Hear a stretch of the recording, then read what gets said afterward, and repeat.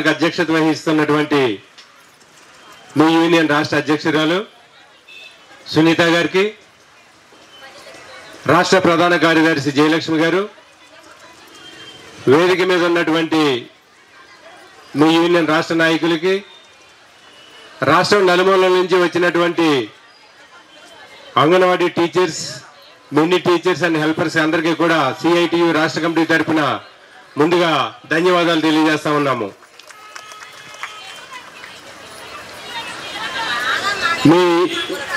మీ సమస్య ఏంటనేది జనరల్గా మీ నాయకులు మాట్లాడినప్పుడు అన్ని విషయాలు వస్తాయి. నేను కొన్ని విషయాలు మాత్రమే మీ దృష్టికి తీసుకొచ్చే ప్రయత్నం చేస్తా. ప్రస్తుతం వస్తున్నటువంటి జీతం సరిపోవట్లేదు. కాంగ్రెస్ పార్టీ అధికారంలోకి వచ్చినట్లయితే మేము అంగన్వాడీలకి 18,000 జీతం ఇస్తామని చెప్పేసి మేనిఫెస్టోలో పెట్టారు. ఆ మేనిఫెస్టోలో పెట్టినటువంటి 18,000 ఇవ్వండి అని అడగడానికి మీరు హైదరాబాద్కి వచ్చారు. ఇంతేనా? ఏం డౌట్ ఉందా మీకు? మీ దగ్గర సప్పుడు లేకపోతే నాకు డౌట్ వచ్చింది.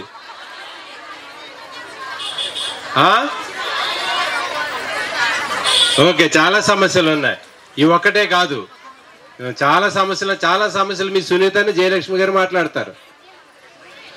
అట్లాగే మీ రిటైర్మెంట్ బెనిఫిట్ టిఆర్ఎస్ గవర్నమెంట్ చూసాము. మీ సమ్మె చేసినప్పుడు నేను కూడా పాల్గొన్న సమ్మెలో టీచర్స్కి 2 లక్షలు కావాలని, హెల్పర్లకి 1,00,000 రూపాయలు ఇవ్వాలని చెప్పి ఆ రోజు సమ్మె చేశాం. అప్పుడున్నటువంటి ప్రభుత్వం ఇస్తున్నాను అని చెప్పింది. ఇవ్వలేదనే కోపంతో మీరందరూ కూడా ఆ ప్రభుత్వాన్ని ఇంటికి పంపించారు. ఇప్పుడు రేవంత్ రెడ్డి గారు కాంగ్రెస్ సర్కార్ ఇస్తాదని చెప్పి మేనిఫెస్టోలో పెట్టారు. కాంగ్రెస్ గవర్నమెంట్ అధికారంలోకి వచ్చి 1 ఇయర్ దాటిపోయింది, సంవత్సరం దాటిపోయింది. మాకు ఇచ్చినటువంటి వాగ్దానం ఏదైతే ఉందో ఆ వాగ్దానాన్ని ఎందుకు అమలు చేయటం లేదు అని చెప్పి మీరు ఇందిరా పార్క్ దగ్గర నిలదీయడానికి వచ్చారు హైదరాబాద్కి. ఇది పోనీ ఇదైనా కరెక్టేనా? ఓకే. అయితే మిమ్మల్ని ఇక్కడ కూర్చోబెట్టడానికి కూడా చాలా ఇబ్బంది పడాల్సినటువంటి పరిస్థితి వచ్చింది. రాత్రి సుమారుగా 8:30-9 గంటల వరకు జయలక్ష్మి గారు పోలీసు హయ్యర్ అధికారులతోటే మాట్లాడడం జరిగింది. మీకు పర్మిషన్ ఇవ్వాలా వద్దా, ఇస్తే ఎట్లా ఇవ్వాలి, అసలు ఇవ్వకుండా ఉంటే ఎట్లా ఉంటుంది, ఇవన్నీ చాలా గంటలు చర్చ జరిగింది. అంటే ఇదంతా పోలీసులు చేశారని కాదు, ప్రభుత్వం యొక్క విధానాలు ఆ రకంగా ఉన్నాయి. ప్రభుత్వం ఏం చెప్తే అది పోలీసులు చేస్తారు. పోలీసులదేమి మనం ఏం తప్పు పెట్టడానికి లేదు. కానీ ప్రభుత్వం అంగన్వాడీ వాళ్ళని హైదరాబాదులో ఇందిరా పార్క్ దగ్గర, ధర్నా చౌక్ దగ్గర ధర్నా చేసుకోవడానికి కూడా పర్మిషన్ ఇవ్వాలా వద్దా అని చెప్పి నిన్న మధ్యాహ్నం 2-3 గంటల నుంచి రాత్రి 8-9 గంటల వరకు కాలయాపన చేస్తుందని అంటే ఈ ప్రభుత్వం అంగన్వాడీ వాళ్ళ పట్ల ఈ చిత్తశుద్ధితోటి ఉందా లేదా అనేది నిరూపించాల్సినటువంటి అవసరం ఉందని చెప్పేసి కూడా ఈ సందర్భంగా మనం చెప్పదలుచుకున్నాం. మీరు చేసే ప్రతి పనికి కూడా అంగన్వాడీ వాళ్ళు కావాలి. మీకు ఏ సమాచారం అయినా ఇంటింటికి చేరవేయాలని అంటే అంగన్వాడీ వాళ్ళు కావాలి.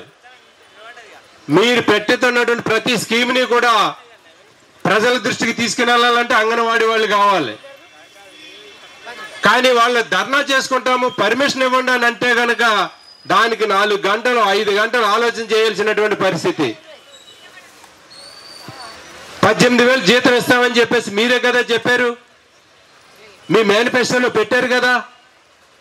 మేనిఫెస్టోలో పెట్టినటువంటి దాన్ని ఎందుకు అమలు చేయడం లేదు అని చెప్పేసి మేము కూడా ప్రశ్నిస్తా ఉన్నాం. ఇలా కొండ మీద కోతినిమ్మని అడగడంలే లేదు. మేము ఉన్నటువంటి ప్రతి సెంటర్ దగ్గర గవర్నమెంట్ ల్యాండ్ ఉంది, అది అనవసరంగా పడవగా ఉంది. ప్రతి మా అంగన్వాడీ టీచర్కి, మా అంగన్వాడీ హెల్పర్కి ఒక్కొక్కరికి 3 ఎకరాలు 4 ఎకరాలు ల్యాండ్ ఇమ్మని చెప్పేసి ఏమన్నా అడుగుతున్నావా మనం? ఏం అడుగుతున్నాం మనం? రిటైర్మెంట్ బెనిఫిట్ 2 లక్షలు ఇవ్వయా, ఆయమ్మకి 1,00,000 రూపాయలు ఇవ్వు, నువ్వు మేనిఫెస్టోలో పెట్టినట్టు 18,000 రూపాయలు జీతం ఇవ్వని అడుగుతున్నావు.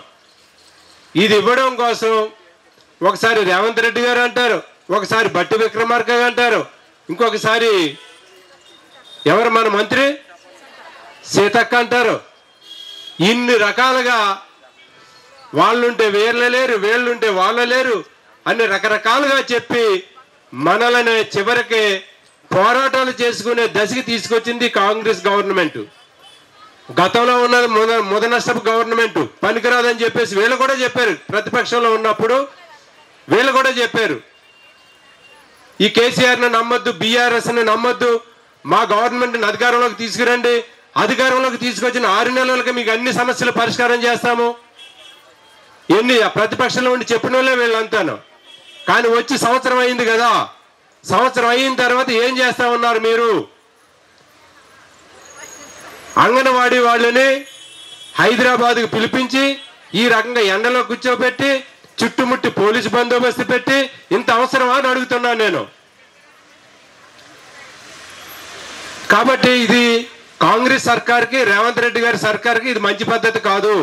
నాట్ ఓన్లీ అంగన్వాడీ, ఆశాల పరిస్థితి అదే ఉంది, ఆర్టీసీ వాళ్ళ పరిస్థితి అదే ఉంది, ఎలక్ట్రిసిటీ వాళ్ళ పరిస్థితి అట్లానే ఉంది, మిడ్ డే మీల్స్ వాళ్ళ పరిస్థితి అట్లా ఉంది.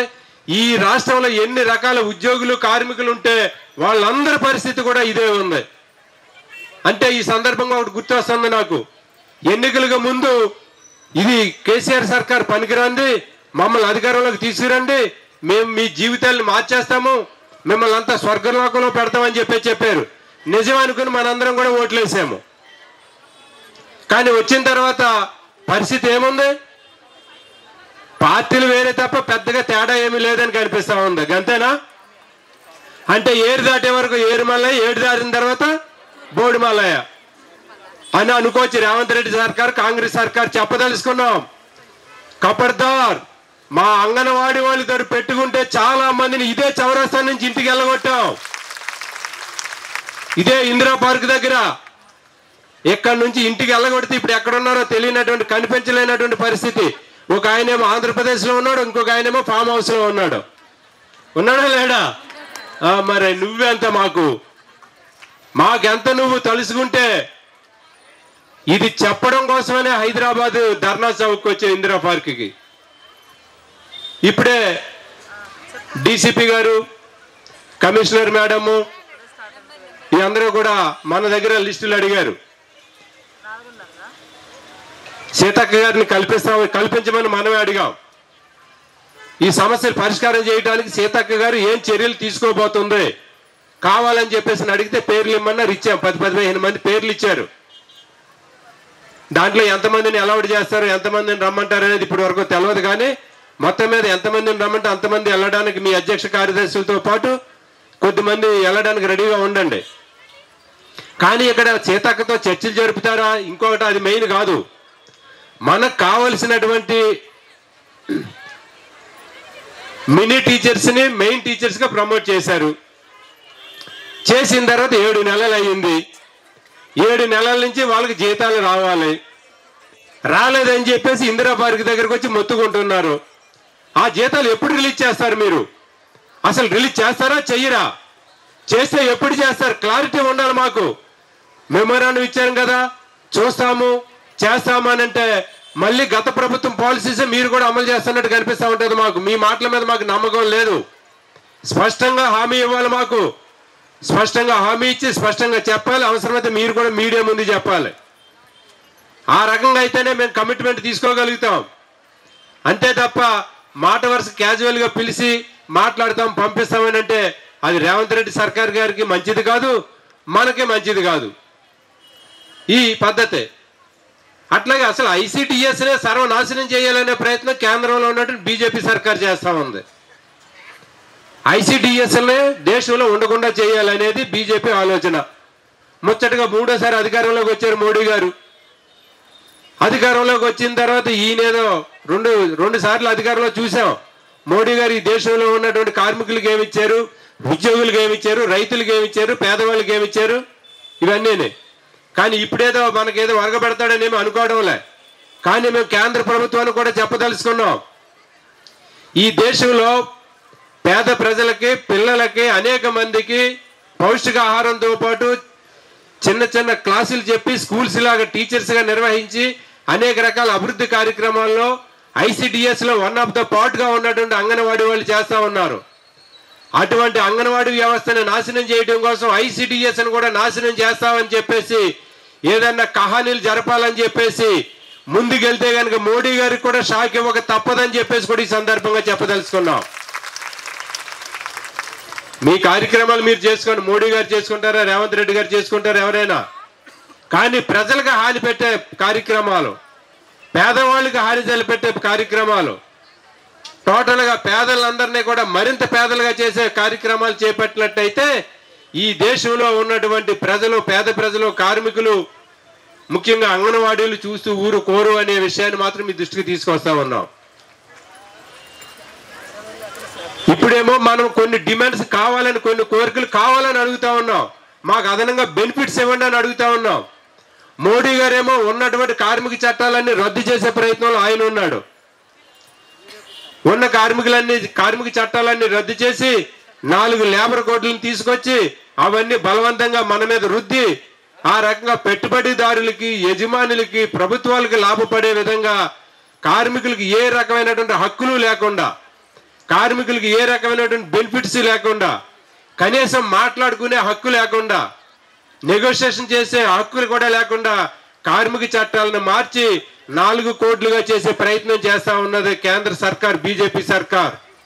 దీనిని కూడా సాగనివ్వం. నువ్వు 4 కోట్లు అమలు చేయాలని ప్రయత్నం చేస్తే ఇక్కడ ఇందిరా పార్క్ వచ్చినట్టే రేపు బడ్జెట్ సమావేశంలో చెలో పార్లమెంట్ కూడా రావడానికి సిద్ధంగా ఉన్నామనే విషయాన్ని కూడా ఈ సందర్భంగా హెచ్చరిక చేయదలుచుకున్నాం. కాబట్టి ఈ దేశంలో ఏ ప్రభుత్వాలైనా ప్రశాంతంగా ఉండాలన్నా, ఏ ప్రభుత్వాలైనా చక్కగా పరిపాలన చేసుకోవాలనుకున్నా కార్మికుల జోలికి రావద్దు, అంగన్వాడీ వాళ్ళు జోలికి రావద్దు, ICDSలో పనిచేస్తున్నటువంటి వివిధ ప్రాజెక్టుల వాళ్ళ జోలికి రావద్దు. మీ పరిపాలన మీరు చేసుకోండి. మా వరకు వస్తే కనుక మిమ్మల్ని చూస్తూ ఊరుకునే ముచ్చటే లేదు. ఖచ్చితంగా ప్రతిఘటిస్తాము. అవసరమైతే ఏ పోరాటాలకైనా సిద్ధపడతాము అనే విషయాన్ని హైదరాబాద్ ఇందిరా పార్క్ దగ్గర నుంచి హెచ్చరిక చేయదలుచుకున్న ప్రభుత్వాలకి. కాబట్టి మన ధర్నా కార్యక్రమాన్ని ఇంకా చాలా మంది నాయకులు మాట్లాడే అవకాశాలు ఉన్నాయి. నేను త్వరలోనే ముగిస్తాను. కాబట్టి మీ యూనియన్ ఇచ్చే డైరెక్షన్ ప్రకారం రాబోయే, ఇప్పుడు మంత్రి గారి దగ్గర అపాయింట్మెంట్ దొరికి నాయకత్వం పోయి మాట్లాడి వచ్చిన తర్వాత అక్కడ జరిగిన విషయాలు కూడా మీ దృష్టికి తీసుకొస్తారు. కేవలం ఇది ఒక ధర్నాతోటే ఉన్న వాళ్ళు ఇంకొక దానితో అయిపోద్దని చెప్పేసి మీరు కూడా అనుకోవద్దు. అవసరమైతే ఏ పోరాటానికైనా సిద్ధపడాలి. ఆ పోరాటానికి సిద్ధపడడానికి మీరందరూ కూడా సిద్ధంగా ఉన్నారు. మిమ్మల్ని చూస్తేనే అర్థమైతే ఉంది మీరు ఏ పోరాటానికైనా సిద్ధంగా ఉన్నారు. అంగన్వాడీ టీచర్స్ అండ్ హెల్పర్స్ అనేది మిమ్మల్ని అందరినీ చూస్తేనే అర్థమైతా ఉంది.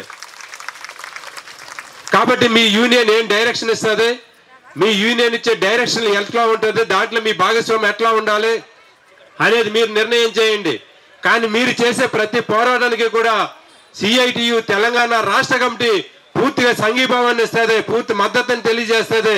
ఆ రకంగా మీ పోరాటాల్లో మమేకం అయ్యి మీకు అండగా ఉంటుందని చెప్పేసి తెలియజేస్తూ ఈ ధర్నా కార్యక్రమంలో మాట్లాడడానికి అవకాశం ఇచ్చినటువంటి మీ అధ్యక్షులు సునీత గారికి, మీ అందరికీ కూడా పేరు పేరున విప్లవ వందనాలు తెలియజేస్తున్న ఉపన్యాసాన్ని ముగిస్తున్నా.